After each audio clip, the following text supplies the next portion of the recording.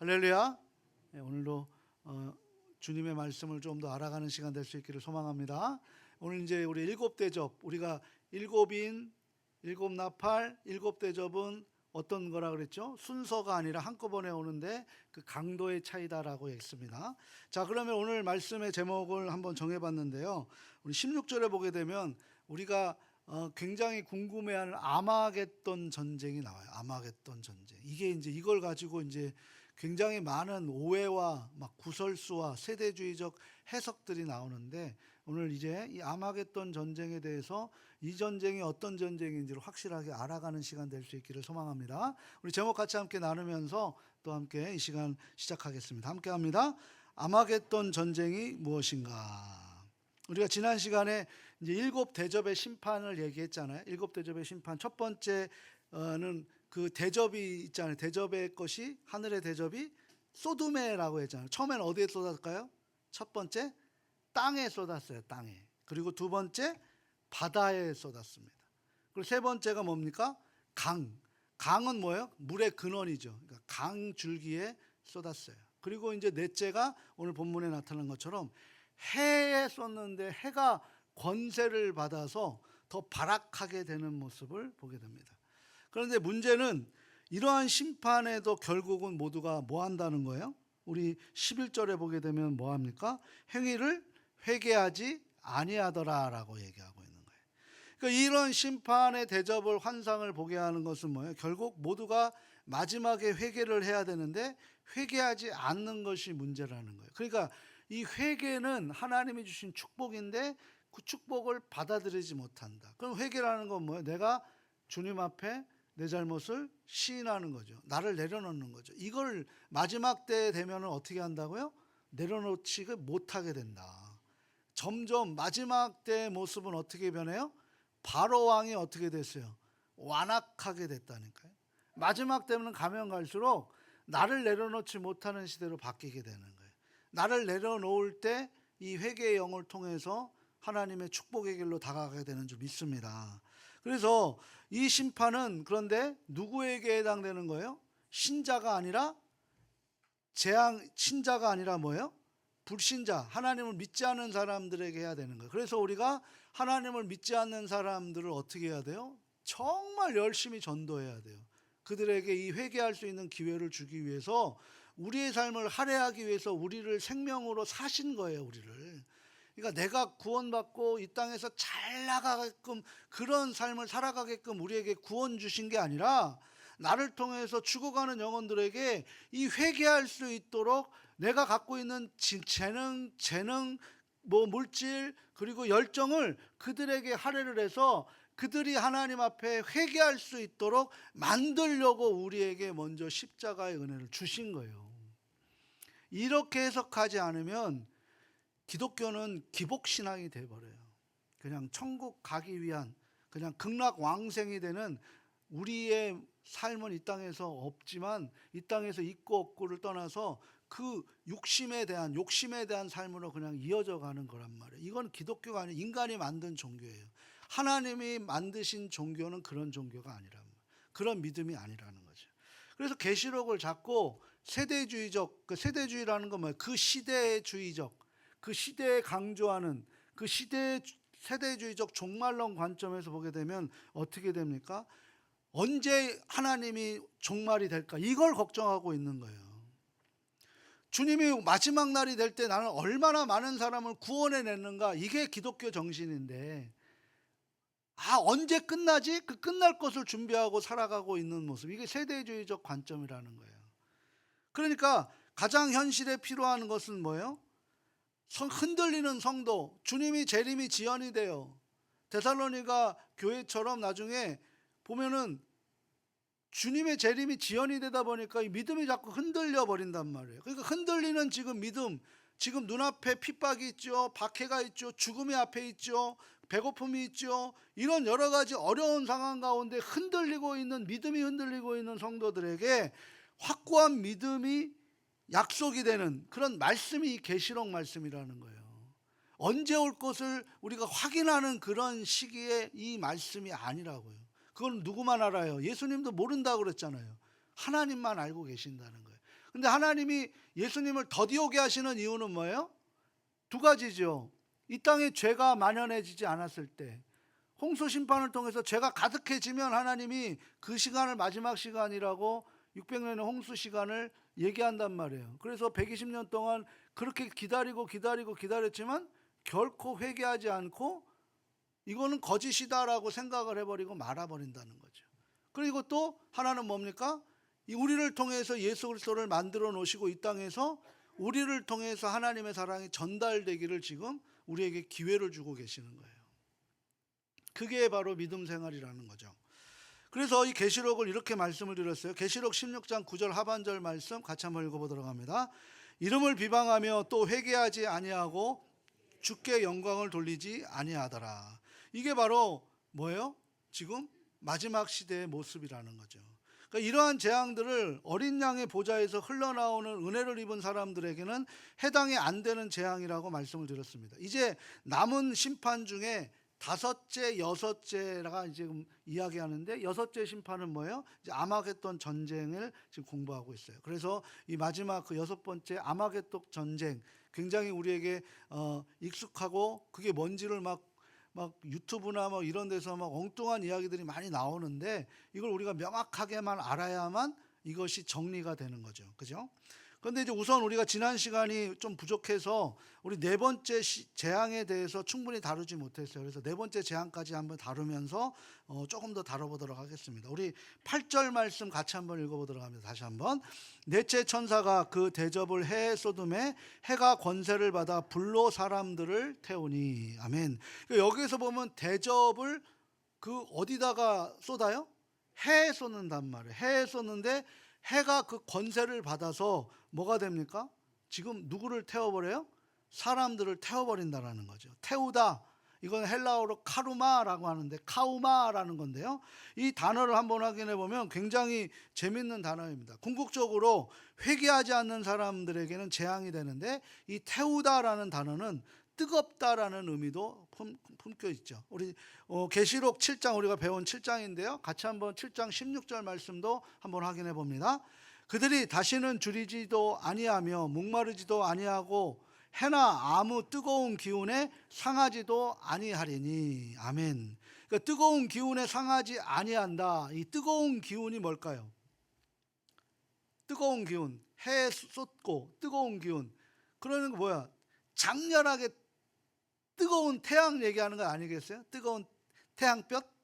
요즘 날 같이 하네. 요즘에 뭐 이렇게 그냥 그대로 액면 그대로 그냥 우리가 민낯 그대로 저기 1시간 이상 서 있기가 쉽지 않잖아요. 그죠?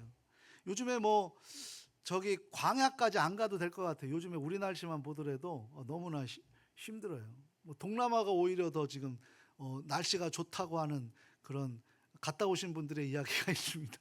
우리나라가 더 지금 뜨겁다라는 거죠. 또 그런데 계시록 7장 15절 말씀, 그 앞절 말씀 한번 같이 한번 또 읽어볼까요? 같이 한번 읽어봅니다. 그러므로 그들이 하늘 보좌 앞에 있고 또 그의 성전에서 밤낮 하나님을 섬김에 보좌에 앉으신 이가 그들 위에 장막을 치시리니. 아멘. 그러니까 보좌에 앉으신 이 누구예요? 하나님이시겠죠. 그죠? 보좌에 앉으신 이가 그들 하나님을 믿는 사람들, 성전에 있는 사람들에게 뭘 치운다고요? 장막을 치운다는 거예요. 장막을 치운다. 근데 그 뒷절에 뜨거운 기운, 그리고 장막, 이걸 연결해 보면 어떤 상관관계가 일어나지 않아요? 장막하면은, 장막이라는 단어가 제일 많이 쓰이는 곳이 어디예요? 성경에서. 우리가 광야 시절을 생각할 수 있잖아요. 민수기라고 볼 수 있죠. 근데 그 장막이라는 것, 그 뜨거운 태양의 뜨거운 기운에 장막을 친다라고 얘기할 때, 장막을 친다라고 했을 때 그 광야 40년을 이스라엘 백성들이 뭘로 이겨나갔어요? 뭘로 견뎠어요? 구름기둥. 하나님께서 구름기둥으로 만들어 주신다. 요즘에 뭐 지금 프랑스 월드컵 있는데 거기가 굉장히 뜨겁대요. 근데 건조해서 그늘에만 가면 바람 때문에 선선하다라는 거죠. 그러니까 그 뜨거운 태양도 구름기둥도 막아주니 어때요? 거기 사람이 살 수 있는 그 건조하지만 바람이 부니까 너무 시원한 바람으로 살게 되는 그런 일들이 벌어진다는 거예요. 그러니까 여기서 말하는 장막이 갖는 의미를 생각할 수 있기에 제가 계시록 7장을 다시 한번 확인해 본 겁니다. 그러니까 해의 뜨거운 재앙이 있죠. 그 해가 사람을 다 태워버립니다. 정말 광야 속에서 진짜 무서운 게 뭔지 아세요? 뭐 광야에선 물론 전갈도 있고 독사도 있어요. 독이 가장 많이 있는 곳이 광야이죠. 그리고 전갈 같은 경우도 물리면 그 독이 굉장히 치명적이라고 할 수 있어요. 때로는 광야 속에서 음식도 될 수 있고 물도 될 수 있는데 그것보다 아무것도 없는 살인적인 공간 위에 내리쬐는 태양이에요. 우리 요나서 보게 되면, 요나서 4장에 보게 되면 그 뭐죠? 덤불이 박넝쿨이 이제 없어질 때 막 죽고 싶을 정도로 그만큼 뜨겁단 말이죠. 그 내리쬐는 태양이 그 태양 안에서는 소위 얘기해서 10걸음 가기도 쉽지 않아요. 그만큼 수분이 다 말라서 죽을 수밖에 없는 곳입니다. 우리가 광야에 한 번도 가본 적이 없잖아요. 그죠? 한번 광야까지 갈 필요 없이 요즘 날씨 우리가 지금 봐도 광야 같은 건데요. 넓고 아무것도 없어서 무서운 게 아니라 그 장렬한 태양 한 조각 가릴 게 없어요. 그래서 그대로 노출이 돼서 도저히 우리가 살아갈 수 없게 되는 그곳이 바로 광야라는 것이죠. 그런데 한번 생각해 보십시오. 출애굽한 이스라엘 백성들이 남녀노소 합치면 한 200만이 된다라고 해요. 그 200만 가까운 사람들이 광야를 지나가는데 어떻게 지나갔습니까? 위에서는 하나님께서 장막을, 구름 기둥을 덮어주신 거죠. 그걸 무엇라고 생각하는 거예요? 하나님의 특별한 택한 백성들을 향하신 철저한 보호하심이라고 볼 수 있습니다. 그래서 보호하심 아래에 있으면은 어떻게 돼요? 어떻게 됩니까? 우리 그림 하나 보여주세요. 저렇게 되는 거예요. 저렇게 되는 거예요. 하나님의 보호하심 아래에 있으면 절대 죽지 않습니다. 그런데 언제 죽어요? 보호하심을 벗어날 때 죽는 거예요. 보호하심을 벗어날 때. 내가 살 수 있어. 내가 잘 살 수 있어 라고 할 때 그때서부터 이제 우리는 죽음의 길을 가게 되는 거예요. 죽음의 길을. 하나님의 보호하심이 우리에게 있을 줄 믿습니다. 다시 본문 8절로 보니까 불로 사람을 태운다라고 했어요. 이것은 무엇을 말하는 것이냐면 하나님의 보호 아래에 있지 않은 사람들의 인생의 종말과 상태를 지금 말씀하고 있는 거예요. 그런데 계시록 7장에서 하나님의 택한 백성들은 하나님께서 장막을 덮어서 하늘 장막이 그들의 행로를 지켜주시는 거예요. 우리가 지금 하나님의 손길 안에 있다라는 거예요. 이 은혜 안에 있어야 잘 사는 것이지, 그 은혜를 벗어나서 잘 살 수 있을 것 같지만 잘 살지 못한다니까요. 끝나는 인생이 되어버리는 거예요. 이게 은혜 아닙니까? 주님 안에 머무는 그 자체가 은혜인 줄 믿으시길 바랍니다. 무엇을 요구하기 전에 주님이 주신 것을 찾아내는 인생이 되셔야지. 자꾸 없는 것을 찾으려고 세상 밖으로 돌아간다라고 하면 죽는 거예요, 그냥. 그럼에도 불구하고 이 넷째 대접의 심판을 보면 9절에서 뭐라고 돼 있어요? 9절 말씀 같이 한번 읽어보도록 합니다.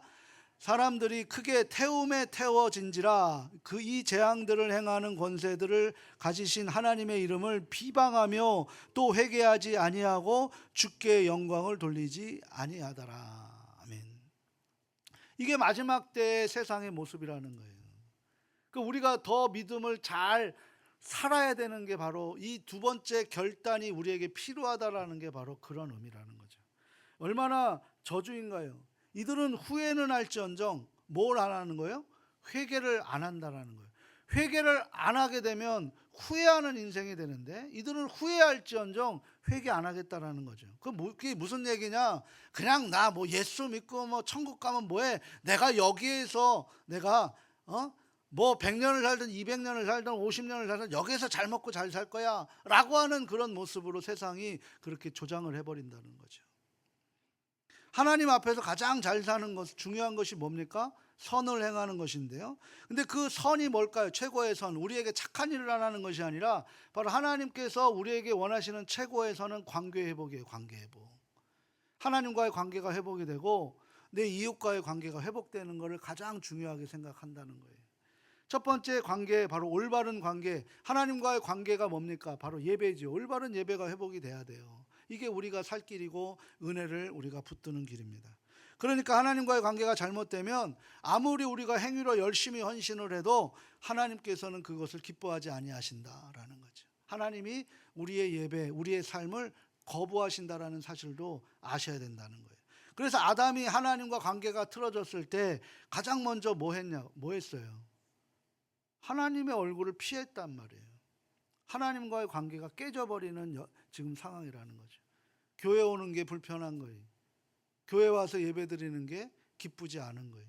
관계가 자꾸 틀어지는 현상들을 우리가 체크를 해야 된단 말이에요. 하나님과 예배 드리는 게 가장 행복한 시간이고, 하나님 말씀 묵상하는 게 가장 복된 시간이고, 기도하는 시간, 하나님과 함께 대화하는 시간이 가장 중요한 시간이라는 것을 세상 사람들은 몰라도 우리가 그걸 보여줘야죠. 근데 우리가 그마저 그걸 안 하고 있으니 지금 세상 사람들에게, 내 사랑하는 사람들에게 그 돌아올 수 있는 기회조차를 그들에게 우리가 제공하지 못하고 있는, 어떻게 보면 구원받은 자의 직무유기가 바로 그런 모습이다라고 할 수 있습니다. 그래서 우리는 눈물 뿌리고 기도하는 거예요. 그 영혼 불쌍해서. 어떻게 할 수가 없잖아요. 내가 끌고 올 수도 오겠지만 안 오니까 얼마나 아파요. 그러니까 눈물 뿌리고 기도하는 거예요. 낙타 무릎이 돼가는 거예요. 그렇게 한 영혼이 구해지면 천하보다 귀하다라고 하나님께서 기뻐하신다는 거예요. 우리의 생활 속에서도 마찬가지죠. 우리가 학창시절 공부할 때 저는 그 학창시절에 선생님의 눈을 똑바로 쳐다본 적이 없습니다. 왜요? 숙제를 안 했기 때문이죠. 야단 맞을 것이 있었기 때문에 이렇게 선생님을 피하는 인생을 살았었는데, 공부 시간에 선생님을 쳐다봐야지만 뭐가 되는 거예요? 우동생이 되는 거예요. 우리 여기 계신 분들은 다 우동생이에요. 저를 쳐다보고 계시잖아요.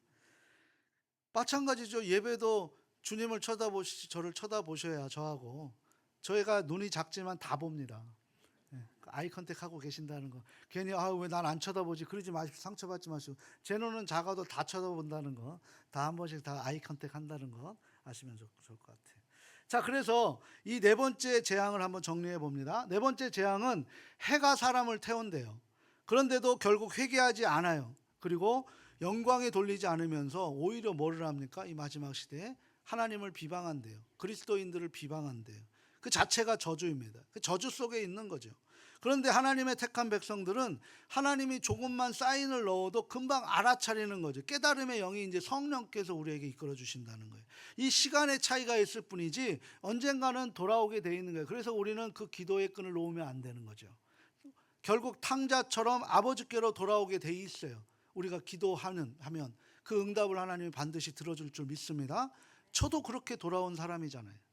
그 돌아올 수밖에 없는 그 자체가 은혜이고 축복인 줄 믿습니다. 그런데 참 은혜고 축복을 말씀을 위해서 통해서 위로도 받지만 자꾸 마음속에 뭐가 생기는 거예요? 부담감이 생기는 거예요. 믿지 않은 사람들을 저렇게 죽임을 당하고 결국 심판을 받게 된다는 거예요. 근데 그 믿지 않은 사람들이 내 원수면은 그나마 조금 마음에 아이고 잘 죽었다 라고 할 수도 있을 수 있겠지만, 저 양반 천국 가면 난 천국 안 가 그렇게 할 수도 있겠지만, 그게 아니라 정말 사랑하는 사람이라면 어떻게 할 거냐는 거예요. 사랑하는 사람이라면 저희 부모님이 될 수 있고 우리 가족이 될 수 있고 형제자매가 될 수 있다는 거죠. 그래서 나만 이렇게 은혜를 받고 하나님 보호하심 아래에 있는데 그들은 아무것도 몰라서 회개조차 할 수 없는 그 기회를 놓쳐버리고, 제가 빨리 뭔가를 좀 도와줘야 되고 빨리 회개할 수 있는 그런 기회를 줘야 할 것 같은데, 가서 이야기도 전해줘야 할 것 같은데 듣지 않을 것 같아서 부담이 되는 거예요. 그 우리가 어떻게 합니까? 해보지도 않고 안 들어 이미 우리가 먼저 결정해 버리고 있는 거죠. 기도하고 전하면 되는 거예요. 우리가 그들을 끌고 올 수 있어요? 하나님이 끌고 오는 거지. 할 수 없는 거예요. 우리는 그냥 전하면 돼요. 전하면. 근데 우리는 전하기 전에 뭐예요? 안 들을 것 같아. 안 변해. 내가 하나님이냐고. 나도 변했는데. 내가 변한 건 생각을 안 해요. 내가 변한 거 기적 아니에요? 저와 여러분 변한 거 기적 아닙니까? 여기 계신 분들은 처음서부터 아멘하고 태어나신 분 계세요? 없잖아요. 주님 만나서 아멘이 된 거잖아요. 지금도 아멘에 대한 부분을 우리가 확신을 못 갖고 있는 게 우리 문제인 거지.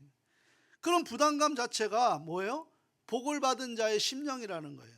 왜냐하면 내 영혼 안에 감각이 살아있지 않는 사람은 절대 그런 거에 부담 갖지 않아요. 내 옆에 있는 사람이 죽어가도 부담 갖지 않아요. 저 사람이 천국 안 가는 것, 못 가는 것 부담 갖지 않아요. 그냥 그건 내가 뭐예요? 내 영혼이 지금 영혼의 감각이 정말 살아있지 않는다는 거죠. 죽은 자에게는 감각이 없습니다. 느끼지 못하는 거예요.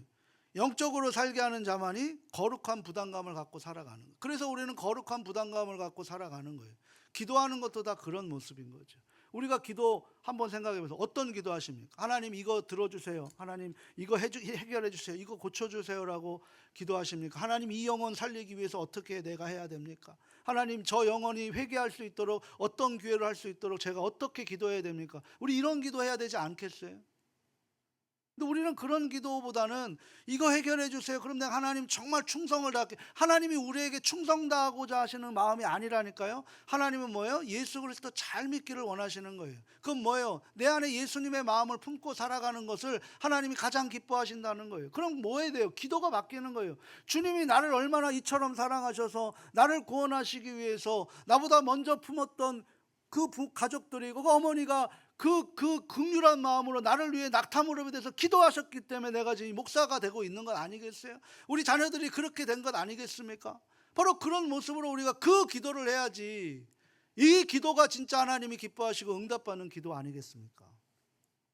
근데 우리는 엉뚱한 기도를, 기복적인 기도를 하고 기도 안 들어준다고 하나님을 원망하고 능력 없다라고 치부하고 버린단 말이죠.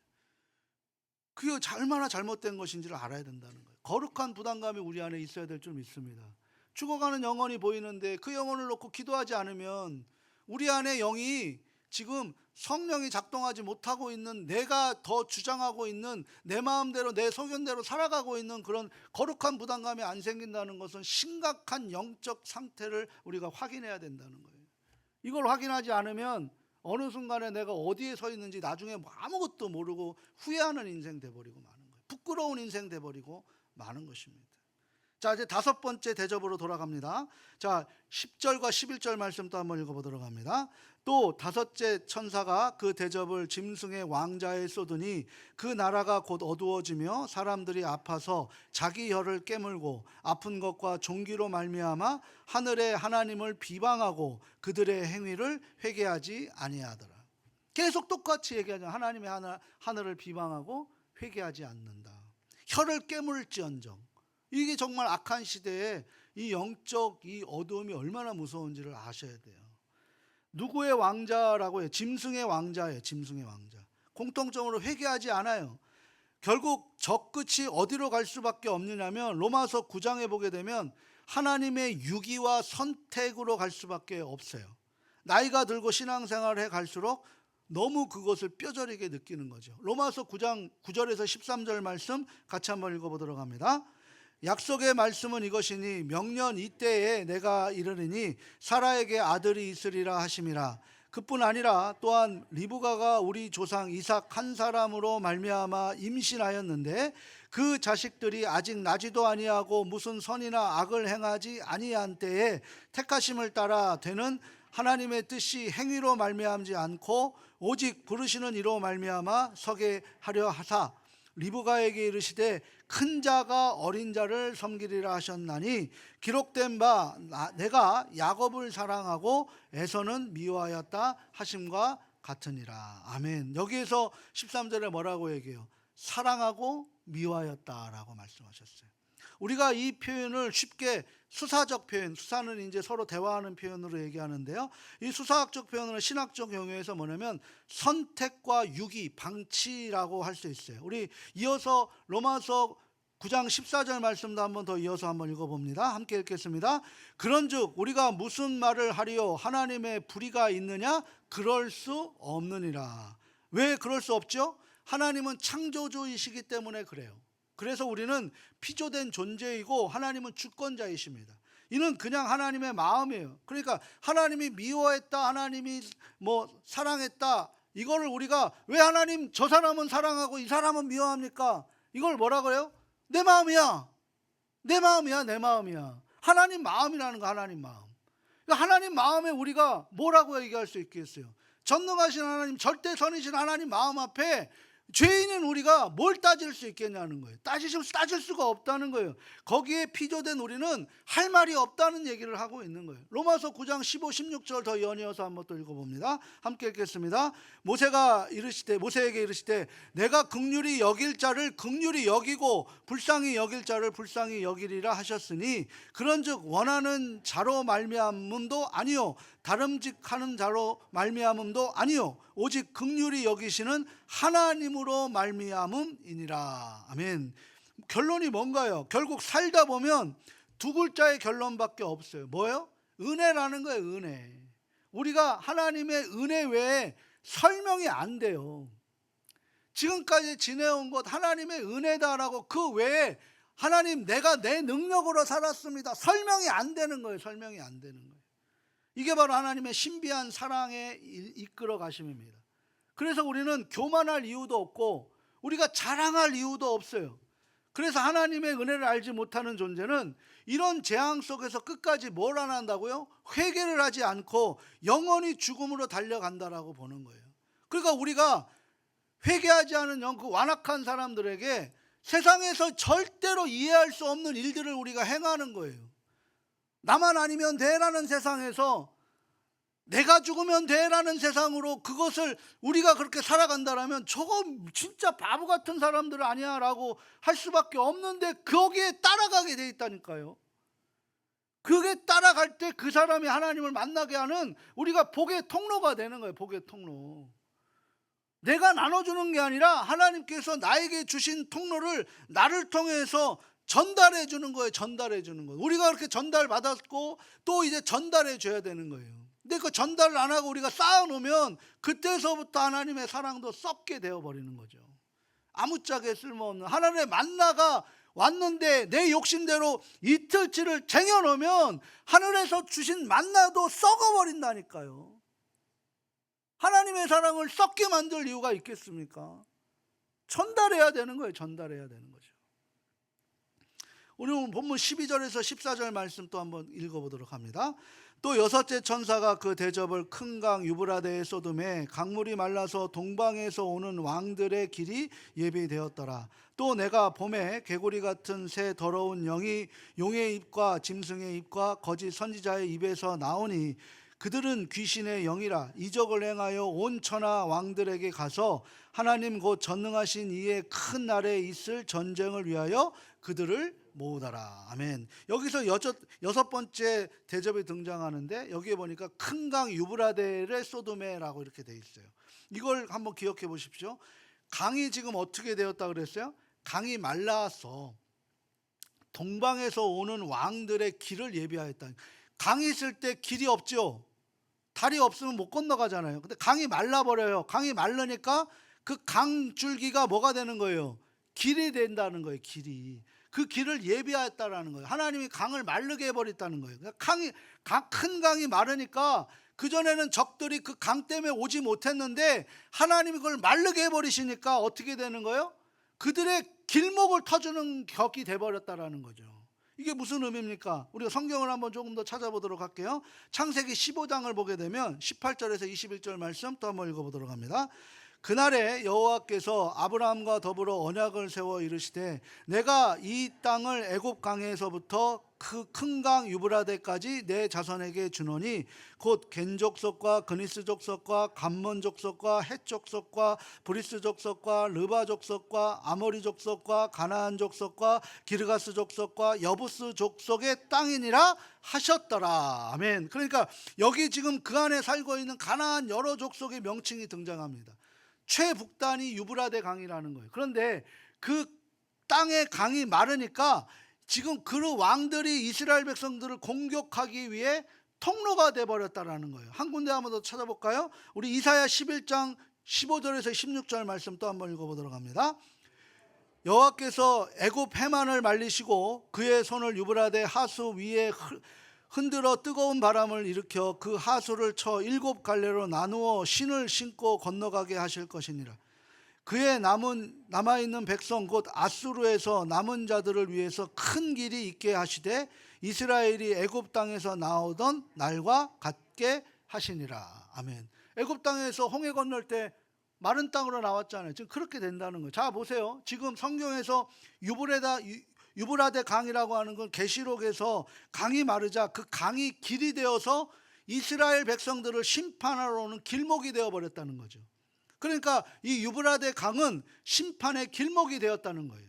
그런데 지금 이사야 11장에 보니까 하나님이 그 강을 포로된 이스라엘 백성들을 회복하는 통로로 만드시겠다라고 또 역설적으로 완전히 반전된 또 하나의 길을 하나님이 제시해 주고 계시는 거예요.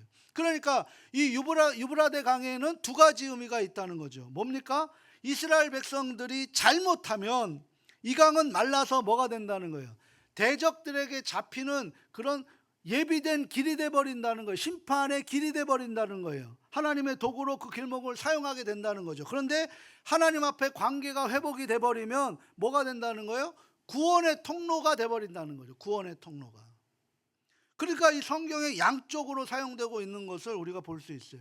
그런데 유브라데 강이 말하는 의미가 뭡니까? 하나님 말씀에 순종하는 자에게는 그 유브라데 강 자체가 마르든 마르지 않든 그 자체가 은혜인데 복이 되지만, 그렇지 못하고 불순종하는 자들에게는 심판의 길목이 되어버린다라고 지금 말씀하고 있는 거예요. 그런 성경 전체의 맥락을 가지고 오늘 다시 한번 우리가 본문을 볼 수 있기를 바랍니다. 본문 12절에 여섯 번째 천사가 지금 뭐를 내? 그 대접을 어디에 쏟아요? 큰 강 유브라데 강에 쏟음에라고 해요. 강물이 말라서 동방에서 오는 그 왕들의 길목이 되었다라고 심판으로 이어집니다. 그러니까 강은 계시록에서 하나님께 저주받아야 할 궁극적인 멸망의 자식들을 향해서 하나님께서 심판의 도구로 이 강을 쓰고 있다는 사실을 확인할 수 있다는 거죠. 그리고 마지막으로 이제 아마겟돈이 나오는데 한번 성경 이제 잘 보시기 바랍니다.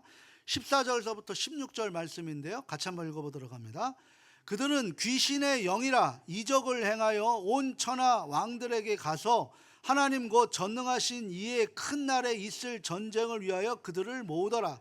보라, 내가 도둑같이 오리니 누구든지 깨어 자기 옷을 지켜 벌거벗고 다니지 아니하며 자기의 부끄러움을 보이지 아니하는 자는 복이 있도다. 새 영이 히브리어로 아마겟돈이라 하는 곳으로 왕들을 모으더라. 아멘. 그러니까 13절에 보게 되면, 여기서 13절, 우리 이제 2장 13절을 보게 되면 13절에 뭐라고 써 있어요? 거기 뭐가 등장하죠? 개구리가 등장해요. 개구리, 그죠? 개구리가 등장하고 새 더러운, 그러니까 세 개의 더러운 영이 지금 아마겟돈의 하나님 백성들과 전쟁을 일으키기 위해서 지금 군대를 모으고 있다는 거죠.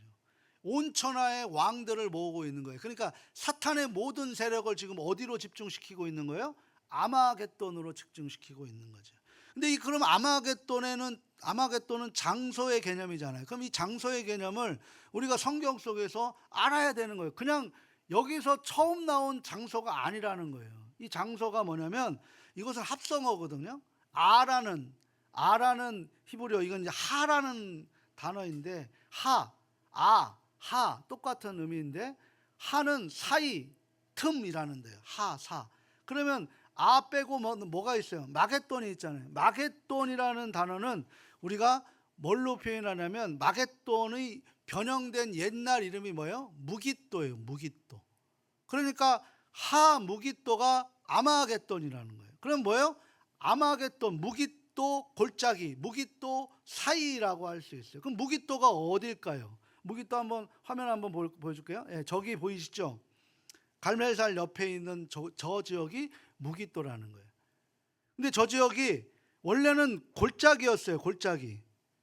골짜기였는데 지금은 한번 보세요. 구릉이 됐어요. 구릉이. 제가 요거는 좀 이따 설명을 드립니다. 근데 이 골짜기였는데, 골짜기는 이렇게 내려지는 거잖아요. 골짜기였는데 저희가 지금 구릉이 되었단 말이에요. 구릉이.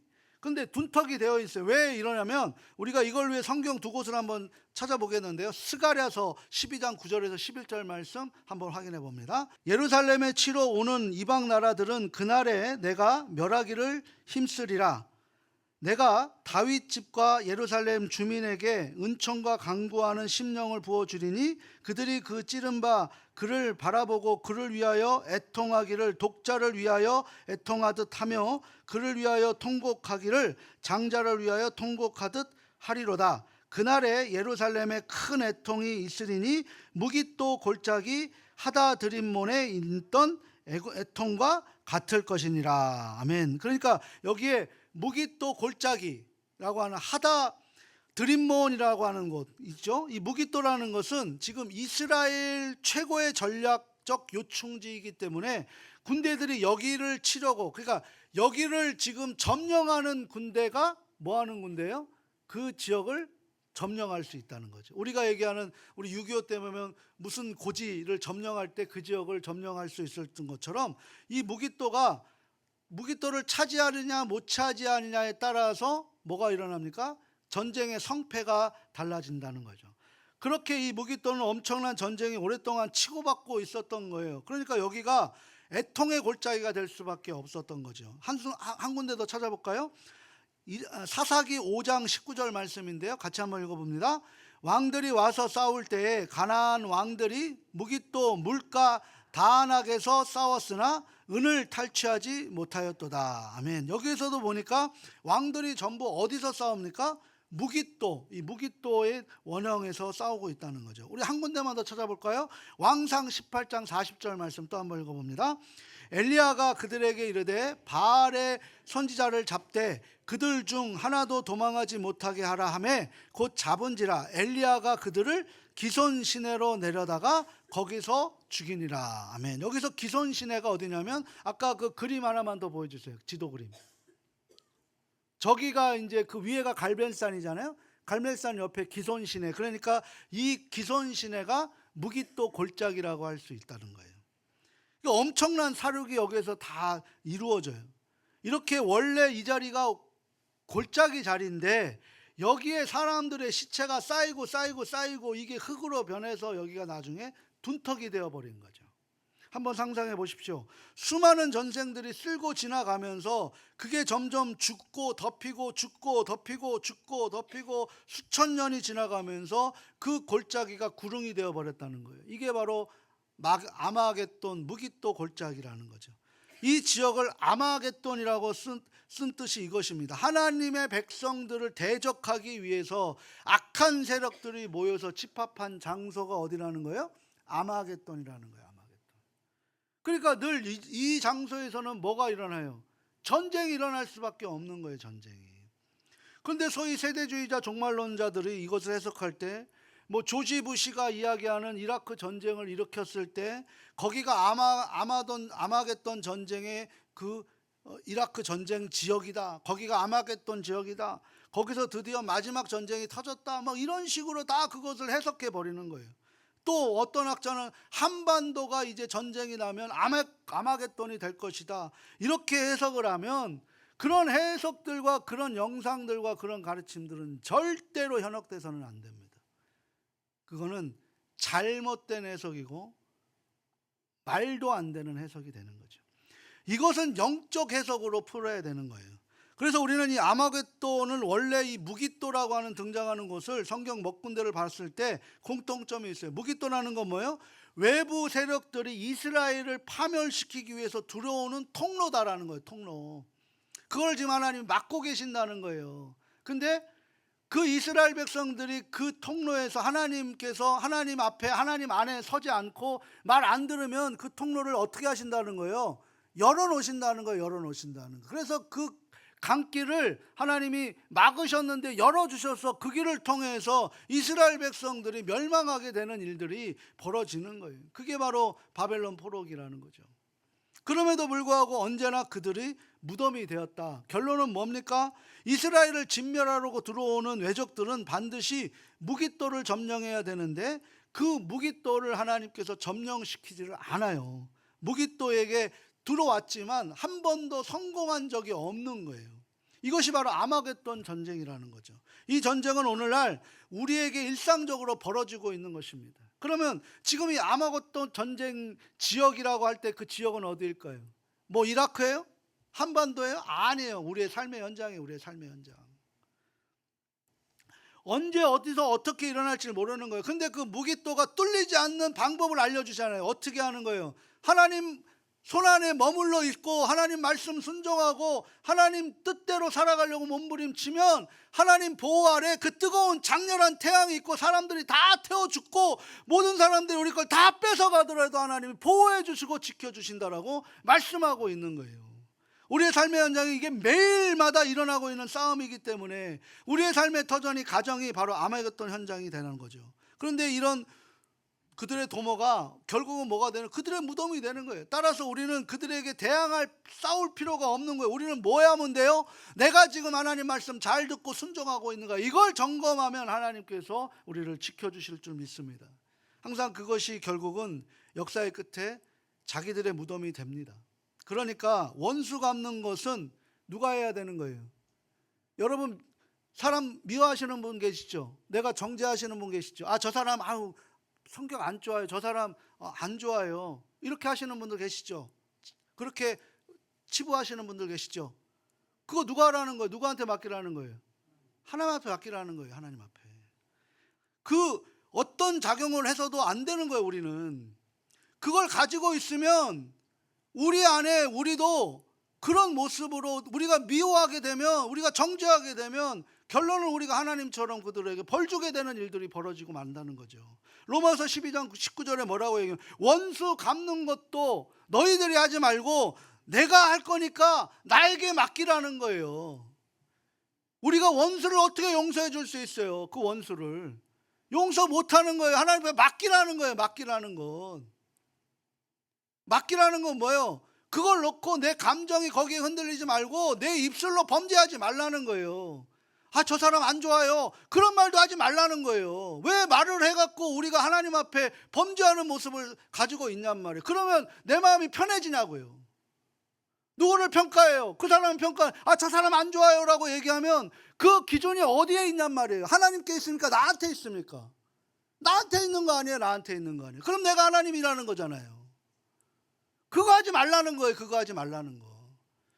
그거 안 해야지만 하나님의 보호하심 아래 있는 거라고 우리가 체크하라는 거예요. 다시 13절에 오게 되면 뭐예요? 그 악한 것들이 거짓 선지자 입에서 나온다라고 해요. 거짓 선지자라는 게 뭘까요? 계시록 중에 자주 했던 말이에요. 이게 무슨 전쟁이냐면 진리 전쟁이에요. 진리 전쟁. 거짓 선지자들이 말이 그래서 나오는 거예요. 그러므로 무기또 아마겟돈 전쟁은 사실은 진리 전쟁과 맥을 이룹니다. 가족 여러분, 아예 기독교를 핍박하고 확실하게 대드는 것을 상대하기 쉽죠. 그런데 진짜 어려운 게 뭔지 아세요? 비슷해서 분간이 안 가는 게 어려운 거예요. 성경이 진짜 그런 게 어렵단 말이에요. 이단들이 바로 그렇게 다가오는 거예요. 가족 여러분들, 이 강해를 잘 배우셔서 한국 기독교가 수준이 높아지는 것은 목회자들에게도 책임이 있지만 성도들도 스스로 이런 공부를 자처해서 공부 열심히 해야 된다라는 거예요. 예배도 중요하지만 성경을 제대로 아는 이 시간이 얼마나 중요한지를 알아야 돼요. 배운 것을 가지고 삶 속의 그 깨달음을 그대로 투영해내는 거예요. 그럴 때 아마겟돈 전쟁의 악한 세력들이 아무리 우리 주변을 들끓어도 그것은 나중에 그곳이 어떻게 되는 거예요? 무덤이 돼버리고 마는 거예요. 누가 이깁니까? 내가 능력을 이겨요? 하나님이 이기게 하시는 거예요. 하나님이 이끌어 주신다는 거예요. 구약 성경을 찾아보면 이 무기또라는 것은 항상 그 지명 자체가 왕들이 이스라엘을 대적하려고 모이는 공간이라고 이렇게 얘기합니다. 결국 뭡니까? 자신들의 무덤이 돼버리고 마는 거예요. 우리가 잃는 것은 목숨밖에 없는데 그게 영원히 끝나는 일이 아니란 말입니다. 우리에게 영원히 사는 길이 남아있다는 거예요. 죽음의 문제를 극복한 사람들은 모두 이런 사실을 모두 극복한 사람들이라는 거예요. 그래서 바울은 마지막 글에 자기의 마지막 그 서신에 뭐라고 남겼냐면 디모데후서 4장 8절 말씀인데요. 마지막으로 한번 읽어보도록 합니다. 이제후로는 나를 위하여 의의 면류관이 예비되었으므로 주 곧 의로우신 재판장이 그날에 내게 주실 것이며 내게만 아니라 주의 나타나심을 사모하는 모든 자에게 도니라. 아멘. 그러니까 바울의 인식 속에는 이 땅의 기초와 가치를 가지고 산 사람이 아니에요. 하늘의 시민권자로 살았어요. 그러니까 지금 바울이 여기에서 뭐라고 얘기해요? 당신 사형이야 라고 그렇게 최종 언도를 했는데 지금 바울이 뭐라는 거예요? 씩 웃으면서 비웃는 거예요. 웃기지 마. 어떻게 니들이 나를 평가해? 내가 나를 진정으로 평가하는 것은 나는 하나님 나라의 재판관, 하나님께서 나를 재판하실 때 그게 나의 최종 재판이야 라고 이야기하고 있는 거예요. 하늘 법정에서 내가 최종적으로 평가를 내리는 것이지, 로마 황제 당신이 나를 죽이고 살리는 것, 그건 내 육신밖에 될 수 없지만 나를 죽이고 살리는 것은 오직 하나님 아버지 한 분뿐이다 라고 얘기하고 있는 거예요. 세상이 두렵습니까? 하나님 아버지가 전능하십니까? 우리가 이걸 알아야 되는 거예요. 사랑하고 소중하고 존경하는 가족 여러분, 요즘에 우리나라 떠들썩하게 이제 명품백, 지금 그것 때문에 세간의 화제가 돼요. 명품백 좋아하십니까? 그런데 그 백이 진짜인지 가짜인지를 구별하는 방법이 있대요. 들고 다닐 때는 다 똑같이 이건 구별이 안 되는 거예요. 그런데 뭐 합니까? 비가 오면 그거를 뒤집어 쓰면 가짜 백이고, 그걸 마음에 품으면 진짜 백이라는 거예요. 예? 그런데 우리가 그 백을 들고 있고 우리가 복음을 들고 있으면서 비가 올 때 내가 비 맞지 않으려고 그 복음을 쓰게 되면 우리 복음은 무슨 복음이라는 거예요? 가짜 복음이라는 거예요. 짝퉁 복음이라는 거예요. 근데 비가 와도 내가 비를 맞이할전정 그 복음을 가슴에 품을 때 진짜 복음이 된다는 거예요. 고난이 있고 어려움이 있을 때, 그러니까 이것이 구별될 때는 언제냐? 바로 이게 그 고난이 있고 내 인생에 비바람이 칠 때라는 거예요. 보통 때는 몰라요. 잘 몰라요. 어려움이 찾아올 때 가짜로 믿는 사람들은 그 믿음에서 떠나버린다는 거예요. 그 믿음을 이용해버립니다. 하지만 내가 믿는 복음이 나를 구원하시고 내 가족을 구원해주고 내 영혼을 살리는 그 진짜 복음이라면 비가 오나 눈이 오나 어떤 어려움이 오나 가슴에 그 복음을 품고 살아가게 되는 거예요. 오히려 고난의 시간에, 위기의 시간에 내가 믿는 복음을 가슴에서, 인생에서 더 타오르게 됩니다. 예수님은 오늘 본문 15절에서 도둑같이 임한다라고 하셨어요.